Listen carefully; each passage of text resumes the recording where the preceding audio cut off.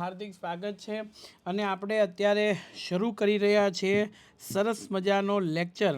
સૌથી પહેલાં તમે મને કહી દો કે મારો અવાજ તમારા સુધી આવી રહ્યો છે કે નહીં, અને સરસ મજાનું તમને દેખાઈ રહ્યું છે કે નહીં એ જરાક મને કહી દેજો. વોઇસ ક્લિયર આવે છે અને સાથે સાથે તમારા સુધી ચિત્ર બરોબર દેખાય છે. હા, હેલો સર, કેમ છો? મજામાં છું. ઓહો હો,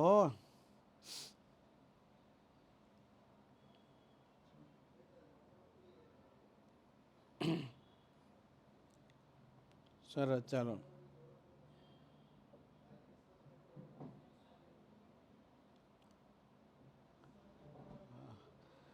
ચાલો હવે આપણે સરસ મજાના લેક્ચરની સ્ટાર્ટ કરીશું, જેથી બધાને ખ્યાલ આવી જાય કે કોઈ જાતની તકલીફ છે નહીં. રેડી?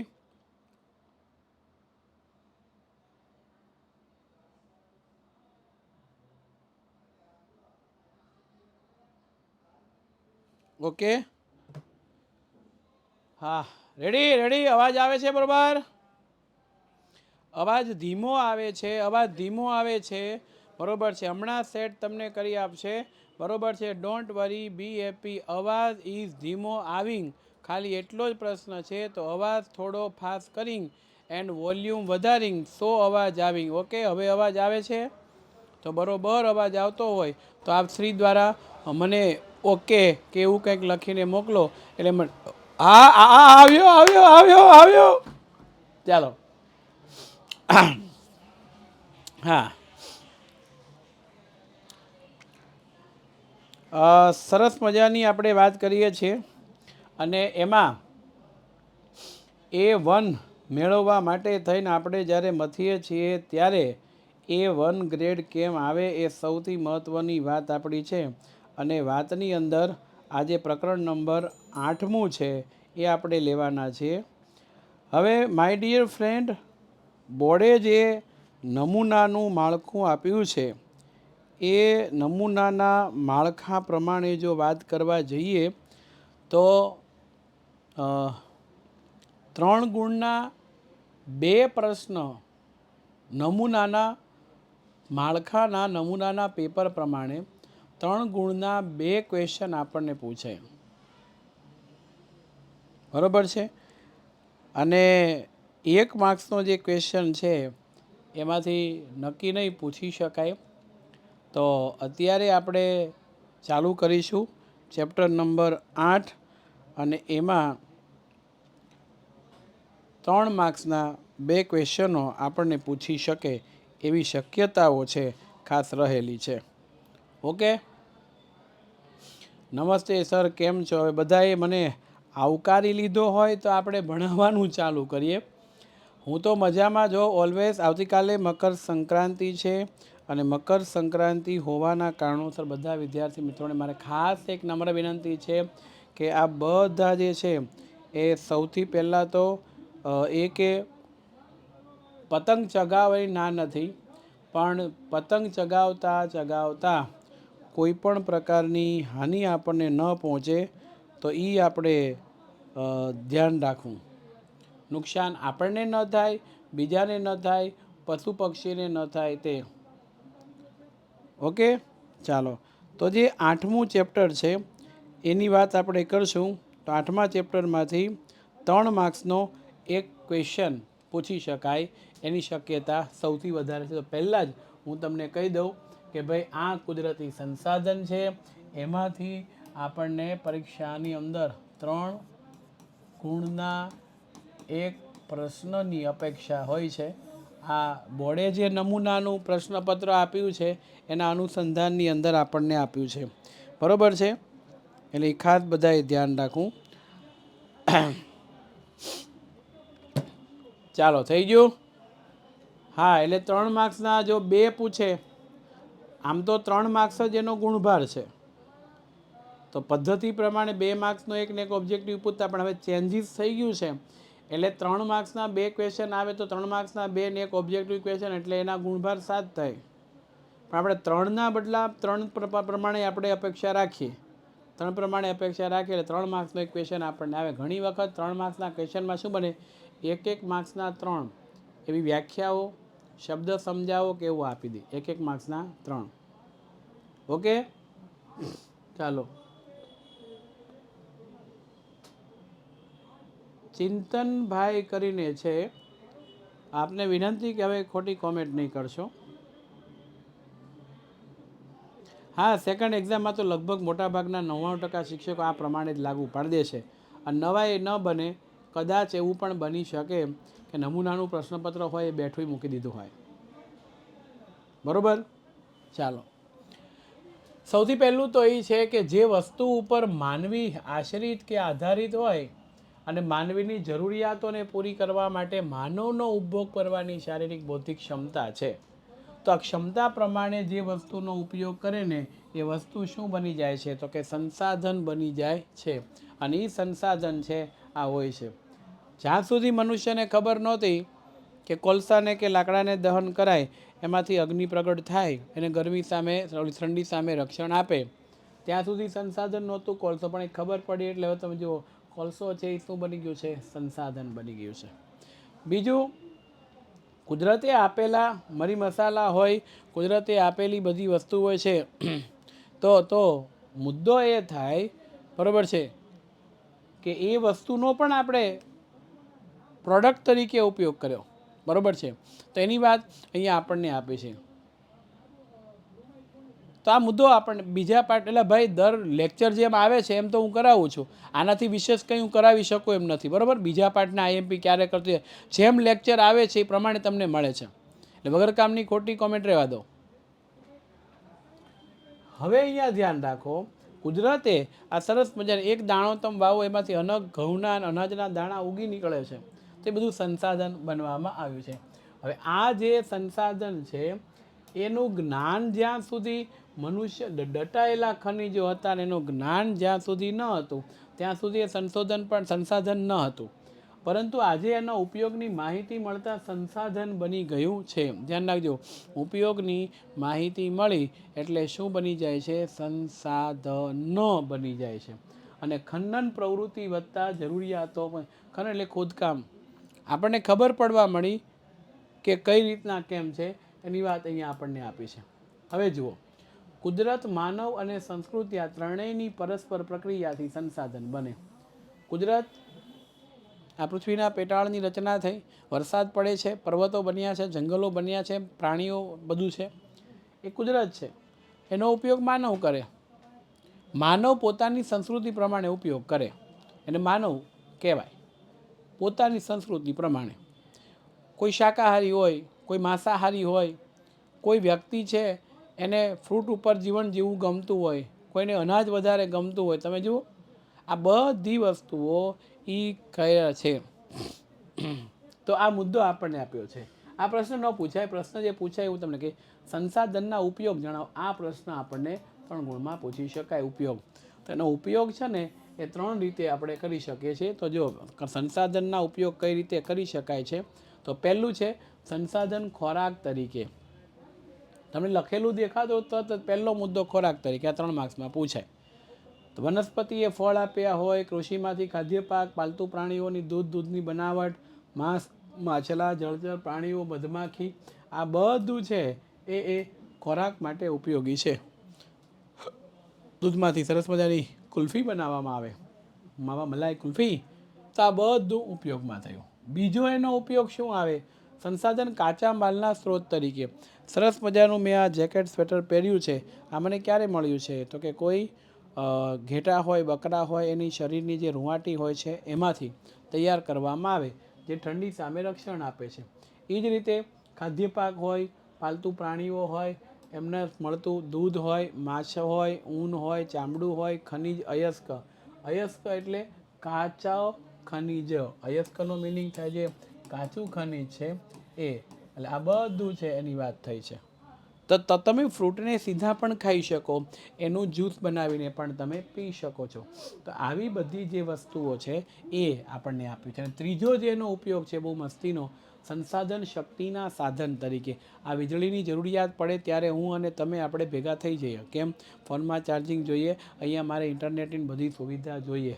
તો કોલસો, ખનિજ તેલ, કુદરતી વાયુ એ બળતણ માટે લાકડું આ વગેરે છે. આ બધું ધીમે ધીમે ભવિષ્યમાં પૂરું થઈ જશે. એટલે શું કર્યું? સૌર ઉર્જા છે, પવન ઉર્જા છે, ભરતી ઉર્જા, ભૂતાપીય ઉર્જા, બાયોગેસ, જળ ઉર્જા, આ બધી ઉર્જા છે એનો ઉપયોગ ધીરે ધીરે ધીરે ધીરે ધીરે ધીરે ધીરે ધીરે ધીરે ધીરે ધીરે ધીરે વધતો ગયો છે. એનો ઉપયોગ કાયમિક માટે વધતો જાય છે. સંસાધનના પ્રકાર આ આપણને પરીક્ષામાં 3 ગુણમાં પૂછી શકે. બરાબર? કે માલિકીના આધારે છે, પુનઃ પ્રાપ્યતાના આધારે, વિતરણ ક્ષેત્રના આધારે સંસાધનને 3 ભાગમાં વહેંચી શકાય છે. જો આ કોષ્ટક તમને દેખાતું હોય એટલે સરસ મજાનો ખ્યાલ આવી જશે. પહેલું છે વ્યક્તિગત સંસાધન. એમાં કોઈ વ્યક્તિ કે પરિવારની માલિકી, ફોર એક્ઝામ્પલ જમીન કે મકાન. બીજું રાષ્ટ્રીય સંસાધન છે, કોઈ પણ દેશ કે પ્રદેશની સાર્વજનિક સંપત્તિ, જેમ કે લશ્કર હોય, આંતરરાષ્ટ્રીય વેપાર હોય. વૈશ્વિક સંસાધન છે, સમગ્ર દુનિયાની ભૌતિક અને અભૌતિક એવી તમામ સંપત્તિ જે કલ્યાણમાં ઉપયોગ થતો વિશ્વના રાષ્ટ્રોની સહિયારી માલિકીના સંસાધન. આ જળ હોય, વાયુ હોય, વરસાદ હોય, આ સહિયારી માલિકી કહેવાય. આપણે એમ ધારીએ દુશ્મન દેશ પાકિસ્તાન છે તેને આ ન મળે, પાકિસ્તાન એમ ધારે ભારતને આ ન મળે, રશિયાને એમ થાય યુક્રેનને ઓક્સિજન ન મળે, યુક્રેનને એમને થાય કે રશિયામાં વરસાદ ન પડે. તો આવું કાંઈ થઈ શકે નહીં. જે વસ્તુ કુદરત તરફથી નિર્માણ પામેલી છે એ વસ્તુમાં એનો જ ઉપયોગ થાય છે. એટલે બીજું સંસાધન વિતરણના આધારે જે પ્રકાર પડે છે એમાં વાત કરીએ તો પહેલું સર્વ સુલભ સંસાધન, જે બધી જગ્યાએ હોય એ વાયુઓ, ઓક્સિજન, નાઇટ્રોજન. સામાન્ય સુલભ, સામાન્યપણે ઝડપથી મળી જાય, ભૂમિ, જળ, ગૌચર.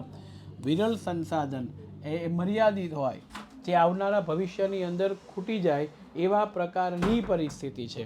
જેમ કે કોલસો છે, પેટ્રોલિયમ પેદાશો છે, તાંબુ છે, સોનું છે, આ બધું. એકલ સંસાધન દુનિયામાં 1-2 સ્થળે જોવા મળે. એમાં એક આ ક્રાયોલાઇટ છે, ક્રાયોલાઇટ ખનિજ છે ને, એક એવો છે કે દુનિયામાં ગ્રીનલેન્ડના ટાપુમાંથી જોવા મળે છે. તો આ ઓબ્જેક્ટિવની અંદર પૂછાય તો પણ એ રીતને વ્યાખ્યા તરીકે પૂછે, ભાઈ સર્વસુલભ સંસાધન કોને કે ઉદાહરણ સમજાવો. આની વ્યાખ્યા છે, એનું ઉદાહરણ છે. સામાન્ય સુલભ છે, આની વ્યાખ્યા છે, આ એની ઉદાહરણ છે, એની વાત આપણને આપ્યું છે. રેડી? હા, હવે બરોબર તમને ખ્યાલ આવી ગયો છે. આ ચિત્ર શેનું છે? કોઈ મને કહેશે? કોલસો. આ શું પડી રહ્યો છે? વરસાદ. આ શું ઉગ્યું છે? સૂરજ. કોષ્ટકમાં જોઈએ એ 2 પ્રકાર સિવાય સંસાધનના અલગ પ્રકાર જે છે, બરાબર છે. ગૌચર એટલે પ્રાણીઓને ચારવા માટેની જમીન. નવીનીકરણીય અને અનવીનીકરણીય. હવે નવીનીકરણીય અને નવીનીકરણીય એટલે શું? કે એક વખત વિનાશ થઈ જાય, ફરી વખત મળે. આ સમજો, વરસાદ પડે, સૂર્ય ઉગે તે. અનવીનીકરણીય એટલે શું? એકવાર વાપર્યા પછી પુનઃ ઉપયોગમાં ન લઈ શકાય ને લાંબા સમય સુધી મળે ને. આ કોલસો કરોડો વર્ષો પહેલાં પૃથ્વીની સપાટી ઉપર બનેલી ઘટનાઓના કારણે કોલસાની રચના થઈ, જે આજે આપણે ફરી વખત મેળવી શકીએ નહીં. એટલે કહેવાય ને કોલસો પુનઃપ્રાપ્ય છે ને આવનારા ભવિષ્યમાં ખૂટી જાય તેવો છે. એટલે એ આપણે જોયું. તો સંસાધનનો વિવેકપૂર્ણ ઉપયોગ શા માટે કરવો જોઈએ એ સમજાવવાનું છે. તો સૌથી પહેલાં તો આપણે એને એ સમજાવવાનું કે માનવીની જરૂરિયાતો છે ને, એ જરૂરિયાતો બધી અમર્યાદિત છે અને કુદરતી સંસાધનો મર્યાદિત. હવે છેલ્લા 100 વર્ષમાં માણસે વિજ્ઞાન ટેકનોલોજીમાં જે વિકાસ કર્યો એનાથી સંસાધનોનો બહુ ઉપયોગ કર્યો અને ભવિષ્યમાં એના માઠા પરિણામ. 100 વર્ષ પહેલાં ઉદ્યોગોનો બહુ વિકાસ નહોતો, તો ગંદુ પાણી નહીં, રસાયણો નહીં, કેમિકલ નહીં, ધુમાડો નહીં. આપણે 7મા પાઠમાં જોઈ ગયા, તાજમહેલ છે પીળાશ પડતો થઈ ગયો. કોના કારણે? તો કે ભાઈ આ મથુરાની રિફાઇનરીને કારણે. રેડી?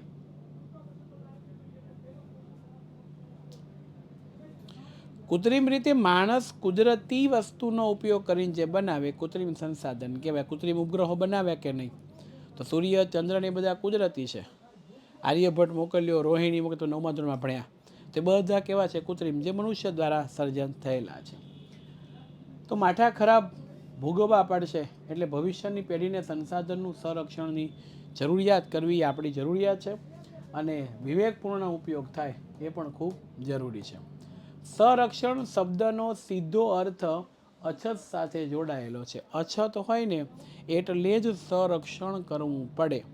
માટે અહીંયા એનું દોહન એટલે કે વપરાશ થતું રહે છે. પ્રકારે સંશોધન આડેધડ દોહન અવિવેકભર્યો વપરાશ જો ચાલુ રહેશે તો વિકાસ અને વર્તમાન સમયની અંદર જીવનસ્તર ટકાવું સ્વપ્ન થઈ જાય. કારણ કે તમે જે વાપરો છો એ ભવિષ્યમાં ખૂટી જાય એમ છે, અને ખૂટી જાય એમ હોય તો પછી એનો જે વિકાસ છે એ યોગ્ય પ્રકારે થાય નહીં.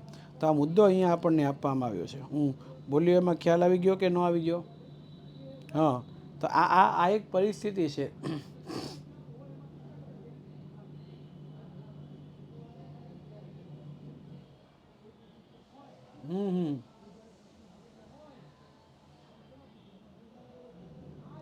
તો અહીંયા જે આપણને વાત આપવામાં આવે છે એ અહીંયા થયું. બીજું, વૃક્ષ છે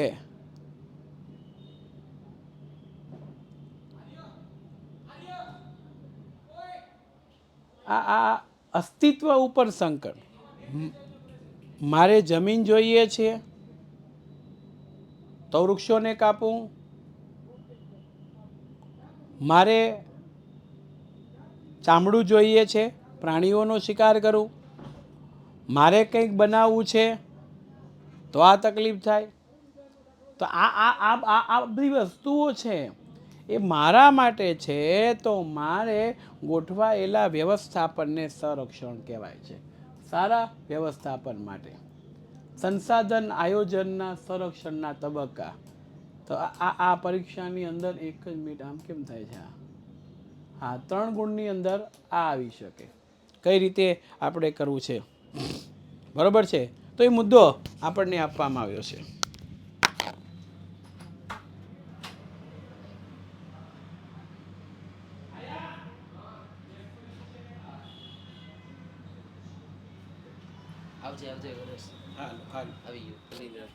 ઓકે, સરસ રીતે.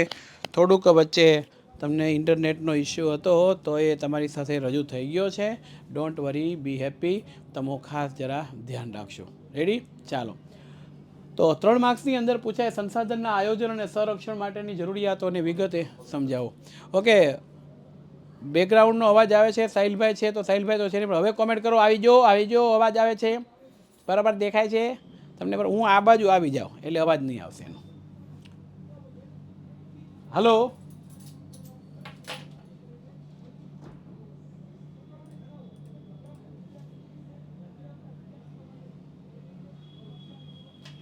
ચાલો હવે જુઓ તો કોમેન્ટ બોક્સની અંદર કોમેન્ટ કરો તો.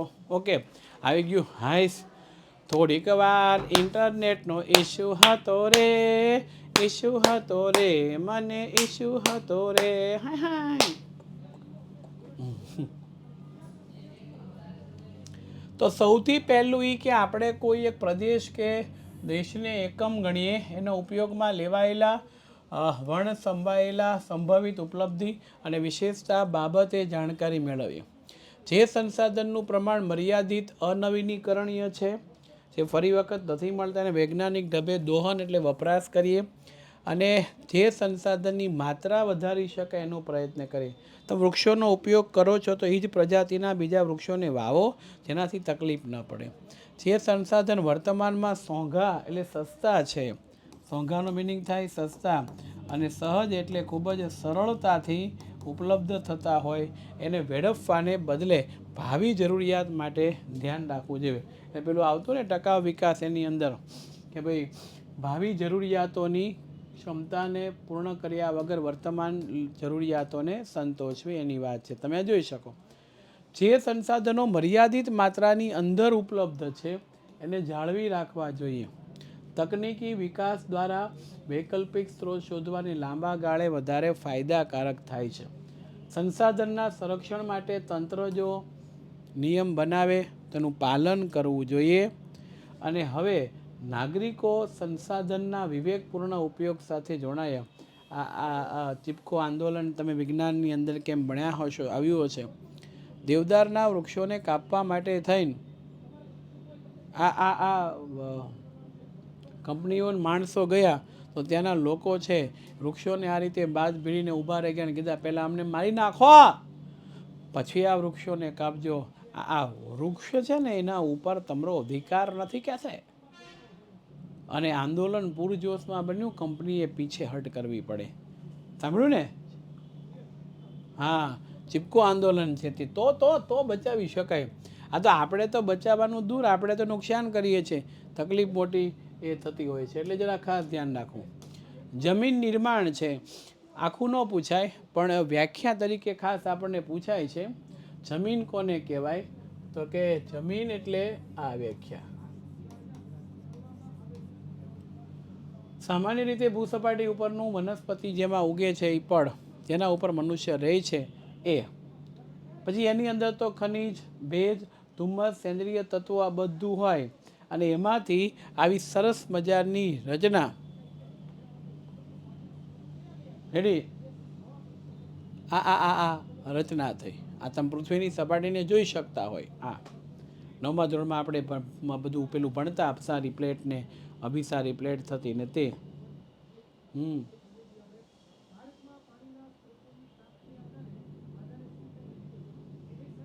હા, એટલે 6ઠા 7મામાં એસએસની બુકમાં આ ચીપકો આંદોલન છે એ બધું હતું, એ સરસ છે. એટલે એ નિર્માણ થયું છે. હવે બીજી રીતે જે જમીન પૂછાય છે એ આ જમીન કઈ રીતના નિર્માણ છે, આપણી જમીન કોને કહેવાય, જમીન શું છે એની વાત આપણને આપી છે. તો પૃથ્વીની જે સપાટી છે, પૃથ્વીની સપાટીના પોપડાના સૌથી ઉપરની સપાટીના પડને આપણે જમીન કહીએ છીએ, જેમાં વનસ્પતિની વૃદ્ધિ વિકાસ માટે જરૂરી ખનિજ દ્રવ્યો આવેલા છે. અને આ બધી જમીન એક સરખી હોતી નથી. જમીનનું પડ છે સેન્દ્રિય પદાર્થના ઝીણા કણોથી બને છે અને આ બધા દ્રવ્યોના મિશ્રણ અસંગઠિત પદાર્થનું પડ કે સપાટી એ જમીન થાય છે. તમે જમીનમાં અસંગઠિત કેમ? તો કે હોય બધા ભેગા આપણે છૂટા કરી શકાય. તમને પથ્થર મળે તો હીરો મળ્યો હોય, સોનાનો પથ્થર હોય, ચાંદી હોય, નીલમ, માણેક, પોખરાજ, તો બધા અલગ થઈ શકે. એ રીતના પૃથ્વીના પેટાળમાંથી ખનિજ દ્રવ્યો મળે, પેટ્રોલિયમ પેદા છે તો કેરોસીન છે, ડીઝલ છે, પેટ્રોલ છે, આ બધાને અલગ કરી શકાય. બરાબર છે? તો આ બધી વસ્તુઓ અહીંયા આપણને આપવામાં આવ્યો છે. મૂળ ખડકોનું ગવાણ થાય એનાથી આ બને. તો આવી બધી જમીન છે એ જમીનના પ્રકારો કયા આધારે પડે આ ધ્યાન રાખજો, પૂછાય. આબોહવા, માતૃખડક, કર્ણરચના અને ફળદ્રુપતાના આધારે આ જમીનના પ્રકારો પડે છે. અને આવી જે જમીન છે એ જમીનની બાબતો અહીંયા આપણને આપી. આ જમીનના 8 પ્રકાર છે. પાઠ્યપુસ્તક કે તમારી પાસે કાંઈ હોય તો જરા ટીક કરી લેજો. એક્ઝામની અંદર તમે જાઓ એટલે આમાંથી કોઈ એક જમીન આપણને પરીક્ષાની અંદર પૂછી શકાય. હવે આટલી બધી તો કંઈ આપણને પૂછી શકાતી હોય, આઈએમપી કઈ તો હું તમને આઈએમપી આપી દઉં. કાંપની જમીન, રાતી જમીન, કાળી જમીન, રણ પ્રકારની, પર્વતીય. આ 5ની ટૂંકનોંધ ખાસ કરવાની છે. ઓકે, 5ની ટૂંકનોંધ ખાસ કરવાની છે. સૌથી પહેલી છે જો આ કાંપની જમીન, 3 ગુણની અંદર પૂછી શકાય. સૌથી વધારે 43% વિસ્તારની અંદર કાંપની જમીન છે. અને આ કાંપની જમીન જે વિસ્તારની અંદર છે એ નદીઓના નિક્ષેપણ, નદીઓના ધોવાણથી થાય છે. પોટાશ ને ચૂનાનું પ્રમાણ એમાં વધારે હોય, ફોસ્ફેરિક એસિડ, હ્યુમસની માત્રા, નાઇટ્રોજનની માત્રા એમાં ઓછી હોય અને કઠોળ વર્ગનું પ્રમાણ વધારે થાય, કઠોળ વધારે થાય. એ સિવાય થોડાક જમીનમાં ઘઉં, ચોખા, શેરડી, શણ, કપાસ, મકાઈ, તેલીબિયાંના પાક પણ થઈ શકે છે. બીજું 3 માર્ક્સમાં પૂછી શકાય તેવી આ રાતી લાલ જમીન. રેડી? રાતી અથવા તો લાલ જમીન છે એ પહેલાંની જેટલી નથી, 19% વિસ્તારની અંદર ફેલાયેલી છે. અને આ છે ને તમિલનાડુથી માંડી ઉત્તરમાં બુંદેલખંડ સુધી અને પૂર્વની અંદર રાજમહેલની ટેકરીઓ, પશ્ચિમમાં કચ્છ સુધી વિસ્તરેલી જોવા મળે છે. અને આમાં છે ને આ જમીનમાં ફેરિક ઓક્સાઇડની હાજરી છે ને એટલે ઉપર લાલ હોય, પણ તમે અંદર ખોદો ને તો આવી પીળાશ પડતી રંગની દેખાય છે. એક બાજુ હટી જાય એટલે તમને આ ફોટોગ્રાફ દેખાય. રેડી? હા, 43% પેલી આ ઓછી છે. આ જમીનમાં કોંકરા કાર્બોનેટ મળી આવતા નથી. મોટે ભાગે જમીનમાં મેગ્નેશિયમ, ફોસ્ફર, નાઇટ્રોજન, પોટાશની ઉણપ હોય છે. અને આ પ્રકારમાં જમીનમાં બાજરી, કપાસ, ઘઉં, જુવાર, અળસી, મગફળી, બટાકા વગેરે લેવાય છે. બટેકાનું શાક તો બધાને ભાવતું જ હશે ને? કેટલા વ્યક્તિઓ બટેટાને લાઈક કરે છે મને કહો તો? કે બટેટાનું શાક હોય તો આપણે પેટ ભરીને ખાઈએ. પછી 3 માર્ક્સમાં જે આ પૂછાય છે આ કાળી જમીન. વિધાન તરીકે પણ પૂછાય કે ભાઈ કાળી જમીન કપાસની જમીન પણ કહેવાય છે. વિધાન સમજાવો. તો આ વિધાન કાળી અથવા તો રેગુડ જમીન 15% ક્ષેત્રમાં છે. વાહ, બટેટા છે. અને હાલની અંદર ગુજરાતમાં ચોં જોવા મળે ખાસ તો કે ભરૂચ, નર્મદા, સુરત, વડોદરા, વાપી, ડાંગ જિલ્લાની અંદર. અને લાવાઈ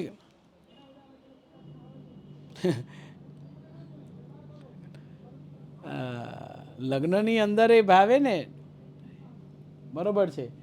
એટલે આ નિર્માણ થયું છે. ને હવે તમે જુઓ લોહ તત્વ, ચૂનો, કેલ્શિયમ, પોતાશ, એલ્યુમિનિયમ, મેગ્નેશિયમ, કાર્બોનેટનું પ્રમાણ વધારે મળે અને એની ફળદ્રુપતા સારી છે. હવે આ ભેજ સંગ્રહ કરે. કપાસનો પાક 6 થી 8 મહિના સુધી આવે એટલે સૌથી વધારે ઉત્પાદન થાય. સૌથી વધારે ઉત્પાદન થાય ને એટલે એવું કહી શકાય કે એમાં કપાસનું વાવેતર વધારે થાય છે. કારણ કે ભેજ સંગ્રહે તો એમાંથી શોષણ લઈ અને પોતે વિકાસ પામે છે. રેડી? હા. અને ભેજ સુકાય ત્યારે તમે જુઓ તો આ પ્રકારનું પડ છે એ ફાટી જાય અને એમાં તિરાડો છે એ પડી જાય છે. ફળ ફાટી અને એમાં તિરાડ થઈ જતું હોય છે. લેટેરાઇટ જમીન આ બહુ કંઈ પરીક્ષાની અંદર પૂછાતી નથી. હા, આમાંથી નકશા છે ખાસ પૂછી શકાય. આ વર્ષે નમૂનાના પ્રશ્નપત્રમાં આપ્યા છે જમીનનો નકશો, તો એની અંદર આ પૂછી શકાય છે. બીજું આપણને આપ્યું છે કે આ જે જમીન પછી રણ પ્રકારની જમીન. રણ તો તમને ખબર ને? હા, એ આપણને 2 ગુણ અથવા તો 3 ગુણના પ્રશ્નની અંદર આવી શકે. 2 ગુણ એટલા માટે તમને કહું છું, કદાચ એવું બની શકે 3 માર્ક્સનો ગુણ ભરશે, 2 માર્ક્સનો ક્વેશ્ચન પૂછી શકે અને 1 માર્ક્સનો ઓબ્જેક્ટિવ સવાલ પૂછે, અથવા તો એકાદો 2 ટૂંકા સવાલ પૂછે ને એક નકશો પૂછે. બરોબર? તો એ અહીંયા આપણને આપ્યો છે. એટલે રણ પ્રકારની જમીન છે તે. અને પછી તમે જુઓ પર્વતીય જમીન. આ પહાડોમાં આવેલા નાના નાના ખેતરો છે. કારણ એક સરખી ઉત્તરના મેદાનની જેમ એક સરખી સપાટ જમીન છે એની અંદર હોતી નથી. અને સપાટ જમીન નથી હોતી એના કારણોસર આ તકલીફ થતી હોય છે. ઓકે, હું જરા પાણી પી લઉં છું. મારું સુકાઈ ગયું છે ગળું, તો હવે જરા ખાશે. ઓકે, એટલે આ આપણને પૂછાય.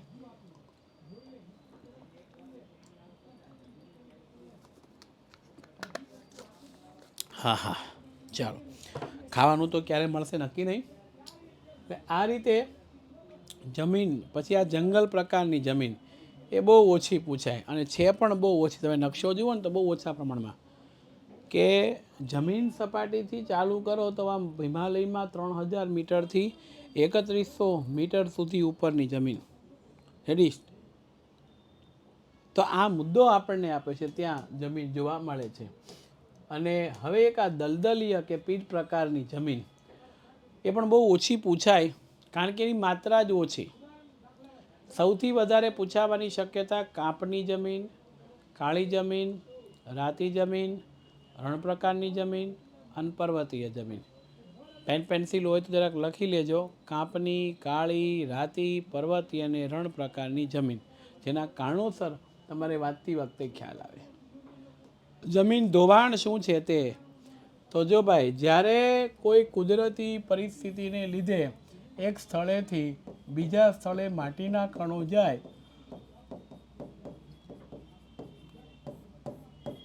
મોસ્ટ ઇમ્પોર્ટન્ટ પ્રશ્ન છે, ત્યારે એને જમીન ધોવાણ તરીકે ઓળખાય છે. અને એનું ઉપરનું પણ ધોવાણ થઈ જાય એટલે ફળદ્રુપતા ઘટે.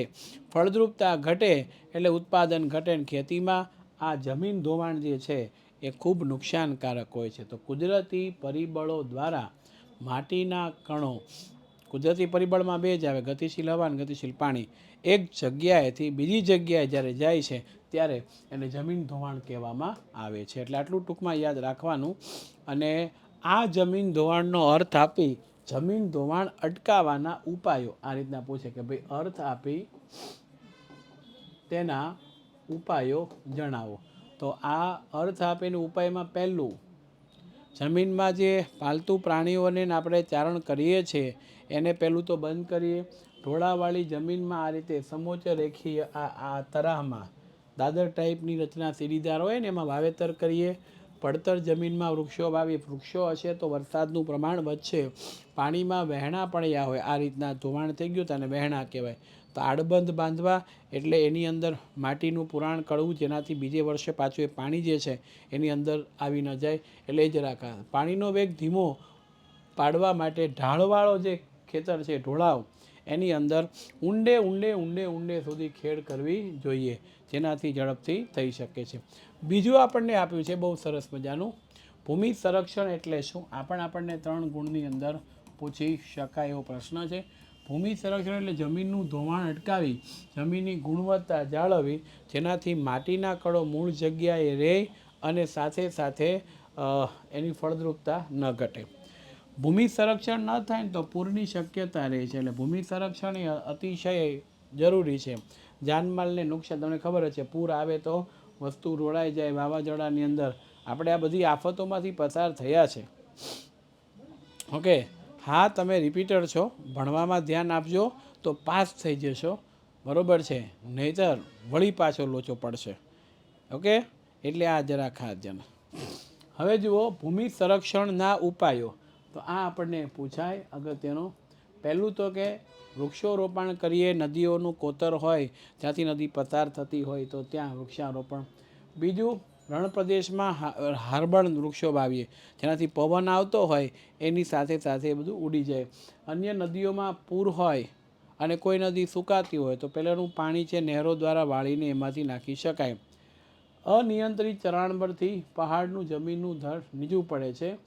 બીજું, ફળદ્રુપતા ગુમાવી બેઠેલી જમીનમાં પુનઃ સેન્દ્રિયતા કરવું જોઈએ. સેન્દ્રિય ખાતર ઉમેરો તો એની ફળદ્રુપતા પાછી આવે છે. ઉપરોક્ત ઉપાયો કરવાથી જમીનનું સંરક્ષણ કરી શકાય. જમીનનું સંરક્ષણ આજની તાતી જરૂરિયાત છે. સૌથી મહત્ત્વની જરૂરિયાત એ જમીનના સંરક્ષણની છે. આ ઢાળવાળું, આ ક્ષિતિજ સમાંતર એટલે એક સરખી ખેતી થાય એવા પ્રકારનું કાર્ય કરવું જોઈએ. અહીંયા માય ડિયર ફ્રેન્ડ્સ પ્રકરણ આપણું પૂર્ણ જાહેર થાય છે. અને જેવું પ્રકરણ પૂર્ણ જાહેર થાય છે કે એની સાથે એક નવી જાહેરાત થાય છે. શું જાહેરાત હશે? આ પ્રકરણ પછી કયું લેવાનું છે? ઢીંચક ઢીંચક ઢીંચક ઢીંચક ઢીંચક ઢીંચક. હું થોડું પાણી હજુ પી લઉં છું.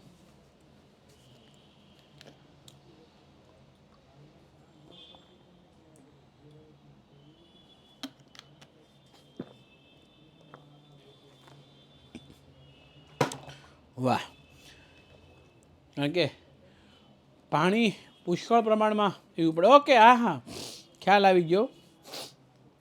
હા, વિદ્યાર્થીઓને તરત જ આમ ખ્યાલ આવી ગયો કે ભાઈ સાહેબ હવે તમારે નવું ચેપ્ટર ચાલુ કરવાનું છે. આવી ગયો.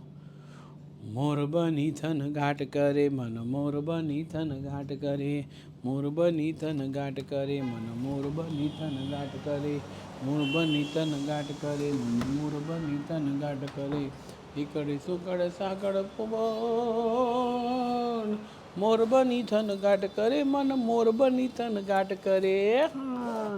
વિવિધ પ્રકારના પ્રાણીઓની વાત છે. થોડુંક છે ને મારે સરને એટલા માટે લાવવા પડ્યા છે. સાહેબ આ બજાવજો અને થોડુંક, અને આપણે સાહેબને એટલા માટે, હા પેલું છે ને પેલું સસ્તન વર્ગના પ્રાણીઓ ઉભયજીવી ને પેલા એવા પ્રાણીઓ આમાં બધા હોય હા તો થોડુંક પ્રાણી વિશે સમજૂતી આપો. વન વિશે તો બધું અમે જાણીએ છીએ, જંગલનું બધું, પણ વન્યજીવ સંસાધન વિશે સાહેબને આપણે વિનંતી કરી. અને તમારો અવાજ ક્યારનો અમને આવતો હતો, બેકગ્રાઉન્ડમાં અવાજ હા, પણ હું છે ને એ લોકોને કીધું, મેં કીધું ઓકે ઓકે હશે. હું આ બાજુ ઊભો રહું એટલે વધારે આવે, ભણાવતો હા, એટલે વોઇસ આવે, પછી હું આ બાજુ જતો રહું છું. પણ પેલું શું કે ચિત્ર આ બાજુ હોય, લખાણ આ બાજુ, આ બાજુ તો લખાણ ડટાય છે મારું, આવું બધું થતું હતું. ચાલો તો 2-5 મિનિટ સાહેબ છે એ આપણને માહિતી આપશે. ઓકે ચાલો મિત્રો, ભાઈ સરસ મજાનું. કઈ બેચ છે સાહેબ તમે? આઈએમપી બેચ ને કે revision batch? A1 revision batch. Okay વિદ્યાર્થી મિત્રો, A1 બેચ આઈ થિંક બધાને મજા જ આવતી છે ભણવાની. કેવી મજા આવે પેલા જણાવજો ફટાફટ. ચાલો કે ઠીક છે. ઓકે જલસા પડી જાય એમને. ચાલો સરસ, વેરી ગુડ, બહુ મજા આવે છે. વાહ વાહ, ક્યાં બાત હે, ક્યાં બાત હે. ઓકે, A1 બેચ નામ રાખવાનું પાછળનું કારણ છે ને એક જ છે કે દર વખતે ગુજરાતના વિદ્યાર્થીઓનું 10મા ધોરણના રિઝલ્ટ આવતું હોય ને એ 65%, 60%, બરાબર, એવું સાદું સિમ્પલ રિઝલ્ટ આવે છે. અને આ વખતે વિદ્યાકુલે છે ને એ વિચાર કર્યો હતો કે અમારે છે ને આ વખતે એવું કરવું છે કે આ વખતે રિઝલ્ટ અમારે એટલું બધું લાવવું છે કે ગુજરાતવાળા છે ને બધા બમ થઈ જાય, સરકાર આમ બૂમ થઈ જાય કે યાર ક્યાં કર રહા હે બંદા, એ વિદ્યાકુલ કા બંદા ક્યાં કર રહા હે. બરાબર, આવું કંઈક અમારો વિચાર છે કરવાનો. તો પૂરો પ્રયત્ન કરીશું કે જેનાથી તમે સારામાં સારું જ્ઞાન પ્રાપ્ત કરો અને તમારા જીવનની અંદર ઉત્તરોત્તર પ્રગતિ કરો. બરાબર, થોડા ઘણા જે નિયમો છે એનું પણ આપણે પાલન કરીએ, ભૂલાય નહીં નિયમો. જે પણ વિદ્યાકુલમાંથી તમને નિયમો આપ્યા છે એ નિયમોનું પણ પૂરતું પાલન કરીએ. કારણ કે ઘણી વખત કેવું થાય કે તમે નિયમોનું ઉલ્લંઘન કરો ને એમાં સુકામાં લીલું બળી જાય. ઘણા બધા પેરેન્ટ્સ મારી જ્યારે જોતા હોય છે, ઘણા બધા પેરેન્ટ્સના મને ફોન આવે છે કે સર ઘણી વખત છે એ તમે આખા ક્લાસને ખીજાતા હોય અથવા તો સાહિલ સર આખા ક્લાસને ખીજાતા હોય તો એમાં અમારા છોકરાનો શું વાંક, અમારા છોકરે તો કોમેન્ટ કરી જ નથી. બરાબર, એવું ઘણી વખત આવતું હોય. તો આવું થતું હોય ત્યારે આપણે ધ્યાન એ રાખવું પડે કે સુકાવાય લીલું પણ બળે છે. આ એક સ્ટોરી છે, આપણને બધાને ખબર છે કે ભાઈ ઘણી વખત છે જ્યારે સામૂહિક વસ્તુમાં ગુનો થતો હોય, નોંધાતો હોય, ત્યારે મારે જે સામૂહિક વાત પણ કરવી પડતી હોય. તો બસ નિયમોનું પાલન કરો. તમારા માટે જે ઇમ્પોર્ટન્ટ છે, તમારા માટે જે જરૂરી છે એ બધી વસ્તુ અમે કરશું. અને તમારા માટે જ અમે અહીંયા છીએ, કે બીજા જ કોઈ છીએ નહીં. બરાબર, તો પૂરેપૂરું ધ્યાન આપો ભણવામાં, આગળ વધો, પ્રગતિ કરો. અને અહીંયા તમને જે પ્રોવાઈડ કરવામાં આવે છે એ તમારે બીજે ક્યાંય પ્રોવાઈડ કરવામાં નહીં આવતું હોય એવી મારી આશા. બરાબર, પાછા આપણે ભાવેશ સરને બોલાવી લઈએ. આવી જાઓ sir, stage is your. Thank you so much. Thank you. ચાલો સાહેબ, હું રજા લઉં. હા, રજા લો. અમારે તો રજા, હા, અમારે એમાં તો જો A1 બેચ અમારે ડબલ ચેપ્ટર લેવા પડે. 21 ચેપ્ટર ખરા કે નહીં? ના બરોબર છે. અને રિવિઝનમાં સાહેબ આપણે ઉપર છેલ્લું જોતા હોય કે ભાઈ જે ભૂલી ગયા હોય યાદ. અને જે અગત્યનું છે હું કહી દઉં એટલે આટલું કરવાનું. શરૂઆતમાં કહી દઉં આટલા માર્ક્સનું પૂછાય, આ રીતના પૂછાય અને એ રીતે. અને ક્યારે પૂરું થાય તો કે 2 ચેપ્ટર પતે ત્યારે પૂરું થાય. હા બરોબર, 9:30, 10 જેટલા વાગે અત્યારે આપણે ઉપર છેલ્લી માહિતી મેળવીએ રિવિઝન બેચમાં, જેનાથી જે ભૂલી ગયા છે આપણને તાજું, એ આપણને તરત જ યાદ આવી જાય. આમાં ડિટેલમાં સમજવાનું ન હોય, આમાં ખોટો સમય ન બગાડવાનો હોય હવે, કારણ કે ઓલરેડી ટોપર બેચના એની લેક્ચર છે, જોઈ લે ડિટેલમાં સમજવું હોય તો. છે એટલે યસ, કમ્પ્લીટ. એટલે બહુ સરસ. ચાલો ઓકે સર, ચાલો હું દે લઉં છું સર. હા. ઓકે, સસરાના ઘરે જવાનું છે. ओ मेरा ससरा बड़ा पैसे वाला, कभी खोले ना तिजोरी का ताला. એવા સસુરજીને ત્યાં જવા માટે થઈને સાહેબ તૈયાર થઈ ગયા છે. બંધ થજ કે ભલે જતા. રેડી? ચાલો હવે વાત આપણે મારે સસરાને ત્યાં નથી જાય, મારે ત્યાં રહેવાનું છે. ચાલો, 9મું જે ચેપ્ટર છે એની આપણે સરસ મજાની વાત કરીએ છીએ. તો 9મા ચેપ્ટરની અંદર કઈ રીતના કેમ આપણને પૂછાય છે જરાક એની ચર્ચા કરીશું. એટલે 9મું જે ચેપ્ટર છે એમાંથી આપણને નકશાની અંદર એક વિગત કદાચ પૂછી શકાય, અભયારણ્યવાળું છે તે, જેમ મેં 8મામાં કીધું હતું એમ રીતના. અને એક 2 માર્ક્સનો ક્વેશ્ચન આપણને પૂછી શકાય. બરાબર છે? અને એક ઓબ્જેક્ટિવ ક્વેશ્ચન. ઓકે, કઈ રીતના હશે તો જરાક આપણે લખીએ કે એક નકશાની અંદર વિગતો પૂછી શકાય, એક ઓબ્જેક્ટિવ ક્વેશ્ચન છે અને 2 ગુણનો એક ક્વેશ્ચન આપણને પૂછી શકાય. એ ટોટલ 4 માર્ક્સ છે આના માટે આપણને પ્રોવાઈડ કરવામાં આવ્યા છે. આ બધું કઈ રીતના નક્કી થયું તો નમૂનાનું જે પ્રશ્નપત્ર છે એમાંથી નક્કી કરવામાં આવેલું છે. ઓકે, ચાલો હવે જુઓ. આ દુનિયાની અંદર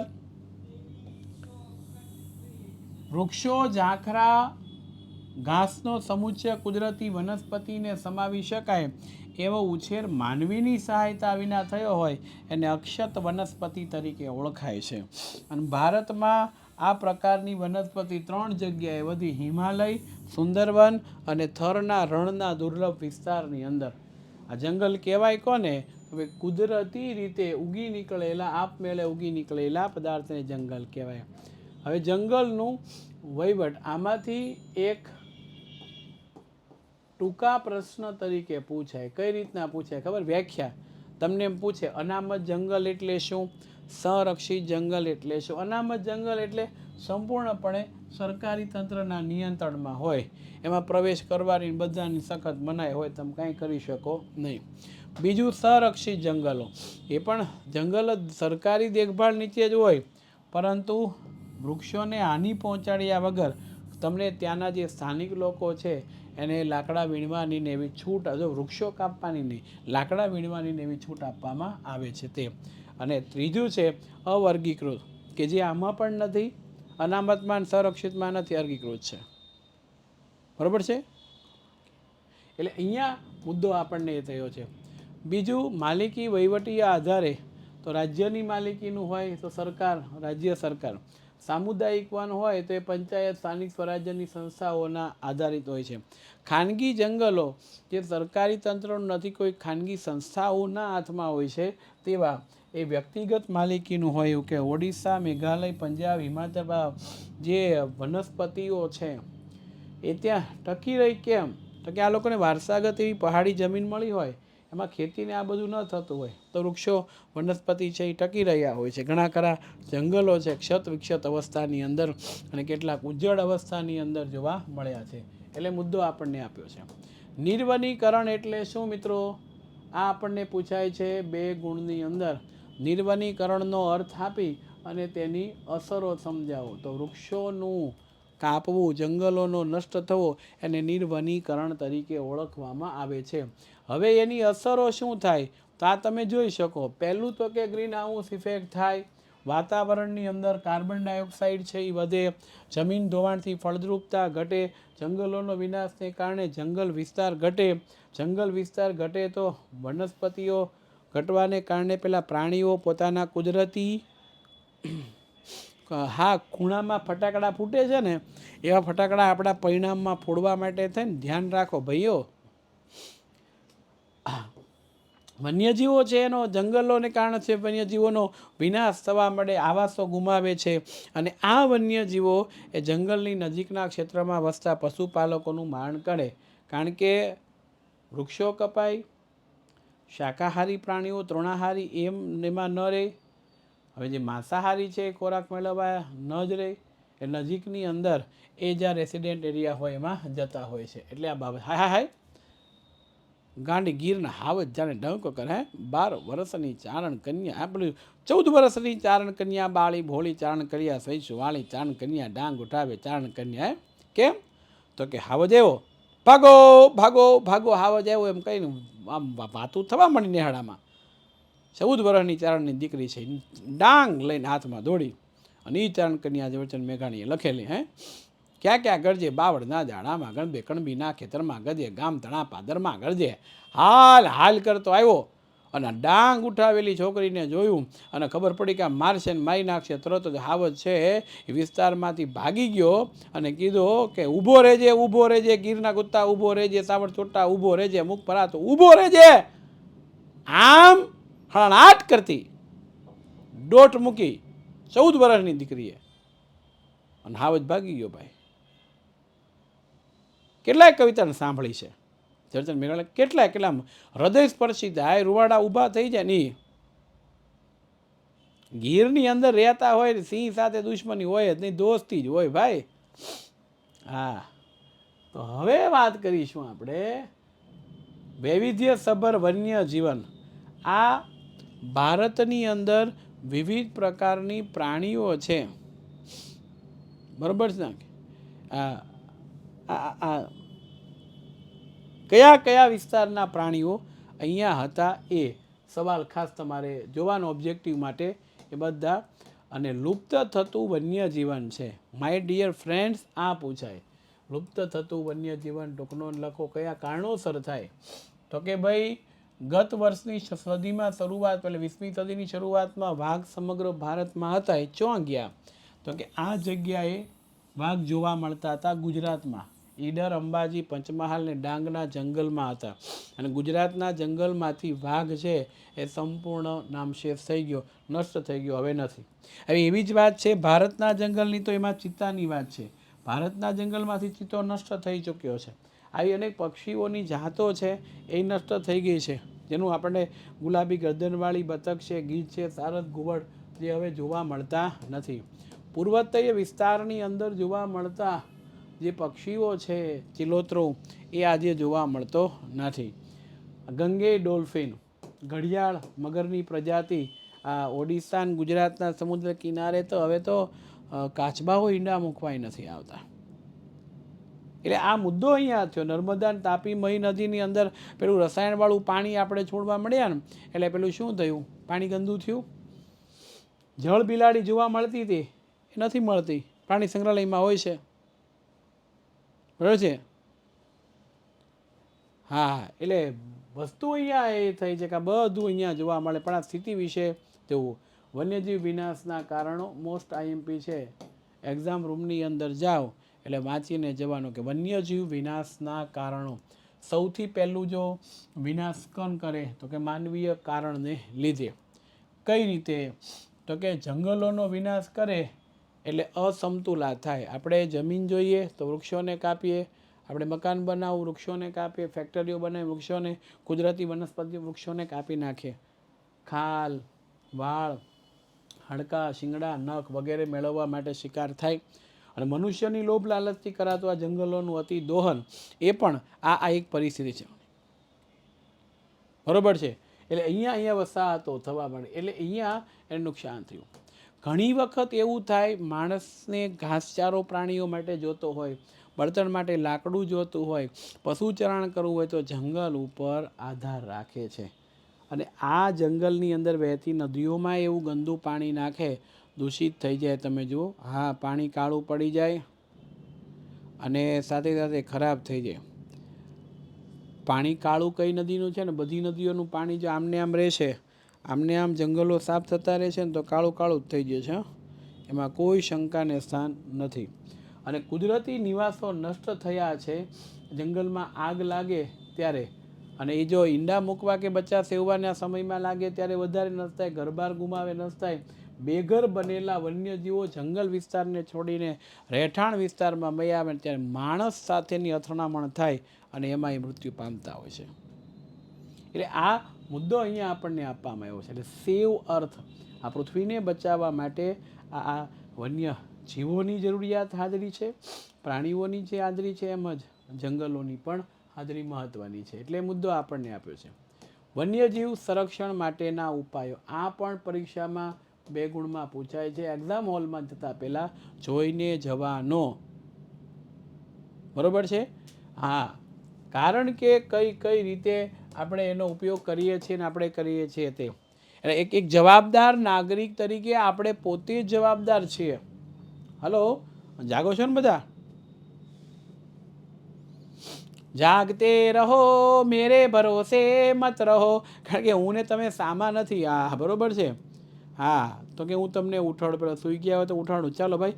જાગ રે બાલણ જાગ, જાગ રે માલણ જાગ, જાગ રે તારો મેરું જગાડે, જાગ રે માલણ જાગ. અહીંયા તો એવું થાય નહીં. ઓકે, હા, ચાલો. તો આ સવાલ તમારે એક્ઝામ રૂમમાં જાવી પહેલાં કરતો જવાનો છે. માય ડિયર ફ્રેન્ડ, એક અહીંયા કહી દઉં, હું લખી જ દઉં લેખિતમાં.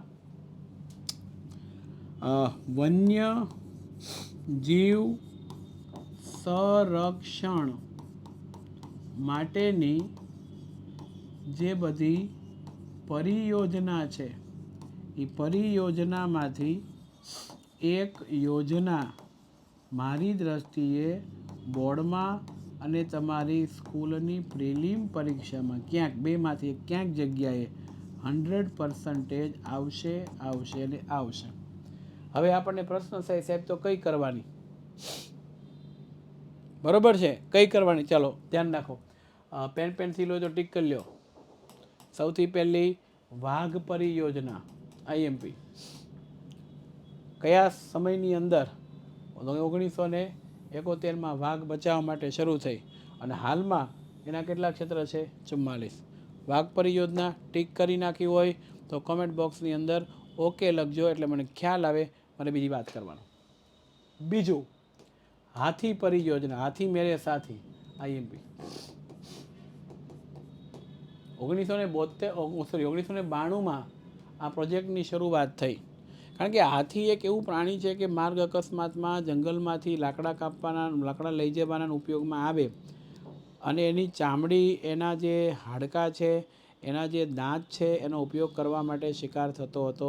એટલે એ ઓકે, આ ટીક કરીને જજો તૈયાર કરીને. એટલે હાલમાં 26 જેટલા એના આરક્ષિત ક્ષેત્રો છે.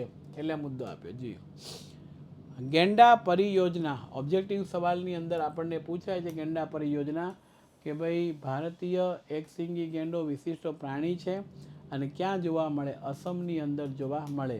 અને રાઇનો વિઝન 2020માં, એટલે આ યોજના અમલમાં આવી પછી એવું નક્કી કરવામાં આવ્યું કે 2020 સુધીમાં ભારતમાં ગેંડાની સંખ્યા વધવી જોઈએ, જો વધી ગઈ છે.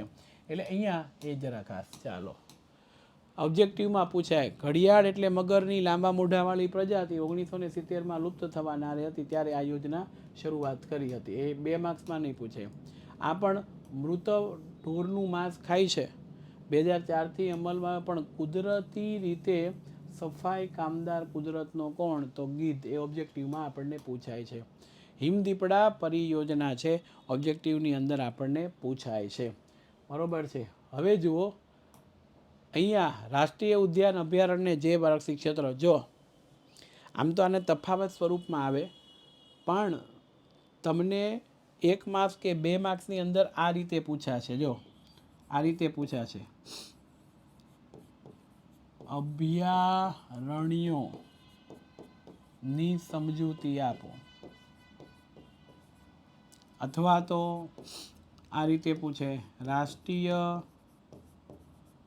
ઉદ્યાનની સમજૂતી આપો.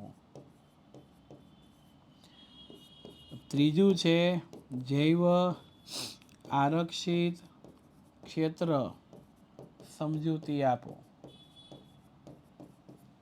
આ 3માં આ 2 છે અભયારણ્ય, રાષ્ટ્રીય ઉદ્યાન, એ ખૂબ અગત્યના મને લાગે છે, એટલે કરીને જવાના. રેડી? ચાલો હવે એ વચ્ચેનો ડિફરન્ટ થોડોક સમજાવી દઉં. અભયારણ્ય છે 2 માર્ક્સની અંદર. કઈ રીતે? તો કે એમાં ચોક્કસ મર્યાદામાં માનવ પ્રવૃત્તિની અનુમતિ આપવામાં આવે. એટલે અહીંયા અનુમતિ મળે, અનુમતિ એટલે મંજૂરી મળે પછી તમે પાલતુ પ્રાણીઓને ચરાવી શકો, અન્યથા નહીં. અને વન્યજીવ અભયારણ્યની સ્થાપના કોઈ એક વિશેષ પ્રજાતિના રક્ષણ માટે, જોજો વિશેષ પ્રજાતિના રક્ષણ માટે જ કરાય, બધા નહીં. અને અભયારણ્યની સ્થાપનામાં રાજ્ય સરકાર દ્વારા થાય. અભયારણ્યની સ્થાપના રાજ્ય સરકાર કરે છે. અને પેરિયાર ને ચંદ્રપ્રભા હેતુરનાગરમ અભયારણ્ય જાણીતા છે. એ લખવાનું કે આ પહેલો મુદ્દો શું લખવાનો? કઈ રીતે અનુમતિ મળે ને પછી પાલતુ પ્રાણી ચારી શકાય. બીજું એક વિશેષ પ્રજાતિ માટે. ત્રીજું કોણ કરે? રાજ્ય સરકારને. ચોથું એના ઉદાહરણ. 2 માર્ક્સની અંદર આ 4 મુદ્દા તમે લખી નાખો એટલે મળી જાય. ચાલો સમજાઈ ગયું હોય તો તરત જ કોમેન્ટ બોક્સની અંદર ઓકે લખો, એટલે મને ખ્યાલ આવી ગયો કે તમને અભયારણ્ય વિશેની ચર્ચા મળી ગઈ છે. હા, એનું સોલ્યુશન આપ્યું મેં. જો ડિફરન્ટ થાય છે એટલે ઓકે. પહેલું તો કે અહીંયા પાલતુ પ્રાણી ક્યારે ચરાવી શકાય તે, બીજું કોના માટે, કોણ કરે અને ક્યાં છે, તરત જ તમને આઈડિયા આવી જશે. ચાલો બીજું, આ પણ 2 ગુણની અંદર પૂછાયું. અભયારણ્યની તુલનામાં વધારે સંરક્ષિત ક્ષેત્ર છે. કઈ રીતે કહેવાય? આમાં એકથી વધારે પારિસ્થિતિકી તંત્ર એટલે કુદરતી રીતે બનેલ જંગલ, વન્ય પ્રાણી સહિતની સજીવ સૃષ્ટિ, એને કહેવામાં આવે છે પારિસ્થિતિકી તંત્ર. આમાં પાલતુ પ્રચારને ચરાવવા માટે સંપૂર્ણ પ્રતિબંધ. જો ઓલામાં શું હતું, અભયારણ્યની અંદર શું હતું, તમે જે તે અધિકારીની મંજૂરી લઈ પાલતુ પ્રાણીઓને ચરાવી શકો, આમાં તમે ચરાવી શકો નહીં. બીજું, અભયારણ્યની જેમ કોઈ એક વિશેષ પ્રજાતિ ઉપર ધ્યાન જો ઓલામાં એક વિશેષ પ્રજાતિ ઉપર ધ્યાન કેન્દ્રિત હતું, આમાં એ નથી. હવે ડિફરન્ટ શું છે ખબર પડવા મળી? હલો, ડિફરન્ટ શું છે એમાં તમને ખ્યાલ આવે છે? રેડી, તો એ જરૂરી છે. પછી એના ઉદાહરણ આપવાનું છે કે પેલું જે છે એ રાજ્ય સરકારનું સંચાલન હતું ચાલતું. અહીંયા કોણ છે? રાજ્ય સરકાર ને કેન્દ્ર સરકાર બે છે, જો બંનેના સંકલનથી થાય. અભયારણ્યમાં રાજ્ય સરકાર હતી, અહીંયા રાજ્ય અને કેન્દ્ર સરકાર બંને છે. કાજીરંગા, કોર્બેટ, વેળાવદર, દરિયાઈ રાષ્ટ્રીય ઉદ્યાન ગીર, આ બધા એના દશીગામ એના ઉદાહરણ છે. ક્લિયર? એઝ અ ક્લિયર થઈ ગયું હોય તો જરા ઢૂમ કરો. હવે જુઓ,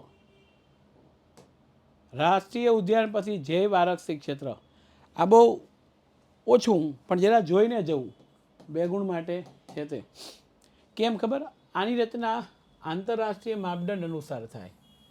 એટલે યુનેસ્કો અને બધી જે સંસ્થાઓ મોટી છે એના દ્વારા નક્કી થાય. એમાં પ્રકૃતિ અને સંસ્કૃતિ, જો પ્રાકૃતિક નદીઓ અને બધું છે, સાંસ્કૃતિક એટલે એ જંગલની અંદર વસવાટ કરતી આદિવાસી પ્રજાતિ હોય, એમની સંસ્કૃતિ હોય, આ બધું જાળવવાની વાત કરે છે. તો એમાં જો વનસ્પતિ, જીવજંતુઓ, જમીન અને ત્યાં વસતા માનવ, આ બધાની શૈલીનું સંરક્ષણ કરાય. ઓલામાં માત્ર કોણ હતું? પ્રાણીઓ અને જંગલો માટે જ હતું.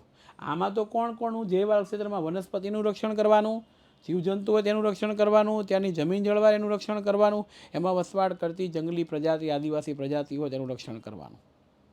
યુનેસ્કો રેડી એ નક્કી કરે. અને આમાં બધી જ પ્રકારની બહારની માનવીય ગતિવિધિ કરવાની સંપૂર્ણ પ્રતિબંધ છે. પ્રતિબંધ એટલે પૂર્ણ, બરોબર છે. અને અહીંયા ચોક્કસ પ્રકારનું સંશોધન અને લોકોને પ્રશિક્ષણ માટે સવલતો ઊભી થાય. કોઈ પ્રજાતિ નષ્ટ થાય તો કેમ, એને બચાવી તો કેમ, કઈ રીતે કાર્ય કરવું, આવું બધું છે એ આની અંદર નક્કી થતું હોય છે. અને એટલા માટે થઈ આ મુદ્દો આપણને આપ્યો છે. આ ક્ષેત્રનો સરેરાશ વિસ્તાર 5000 ચોરસ કિલોમીટરથી મોટો હોય. જો અભયારણ્ય રાષ્ટ્રીય ઉદ્યાન છે 5000થી નીચે હોય, આ 5000 ચોરસ કિલોમીટરથી વધારે હોય છે. એના ઉદાહરણ આપ્યા છે: નીલગિરી, મન્નારની ખાડી, ગ્રેટ નિકોબાર, સુંદરવન, પંચમ ઢી.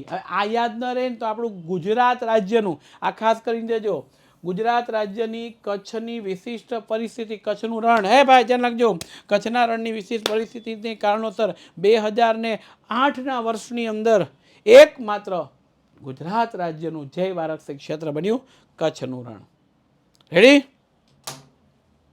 અહીંયા સુધી ઓકે? હવે હા, આખા પ્રકરણનો આ સાર છે, એને કોઈ જરૂરિયાત નથી. બરાબર? જો અહીંયા ભારતની વાત કરીએ તો 18 જૈવ આરક્ષિત ક્ષેત્ર છે. ગુજરાતમાં એક કયું? કચ્છનું રણ. દેખા અમિતાભભાઈ કહે ને, કચ્છ નહીં દેખા તો કુછ નહીં દેખા. શિયાળે જો ને સોરઠ ભલો ને ઉનાળે ભલો જો ને ગુજરાત વરસે તો વાગડ ભલો ને માજો કચ્છડો બારે માસ રે. હા, મુજો કચ્છો બારે માસ. હાલાજી જતણ જતણ જા સાવરા વાગડ દેશમાં ગાયલમાં મુજો. હા, ગજિયો તે મુજો ચોર ચલાણો, ગજિયો તે મુજો ચોર ચલાણો, ભીમા તે બે દુનિયા. આવ ગજિયો તી દૈયા. આ કે ચલડે આઈ રૂલાઈ, મુझे आज सजन जी आई, अरे जिंजल जिंजल या जिंजलડી મોતીમાં મને ચલડે આય રૂલાઈ. આ સરસ રીતે આ રાષ્ટ્રીય ઉદ્યાન 103 અને ગુજરાતની અંદર 4. ભારતમાં અભયારણ્ય 531, ગુજરાતની અંદર કેટલા? 23. તો એ મુદ્દો અહીંયા આપણને આપવામાં આવ્યો છે. હવે ક્લિયર કટ અહીંયા પ્રકરણ આપણું કેવું થઈ જાય છે, પૂર્ણ થઈ જાય છે. હા હા, કચ્છી માંડુ જે લોકો છે એનો આભાર. આવા ગીતો, પ્રાચીન વાદ્ય સામગ્રી, આ બધું છે આપણી સંસ્કૃતિ. ચાલો ફરીથી મળીશું નેક્સ્ટ લેક્ચરની અંદર. ત્યાં સુધી રજા આપશો અને ફરીથી આપણે મળીશું નેક્સ્ટ લેક્ચરમાં. ઓકે, આવજો. Bye-bye bye-bye bye-bye.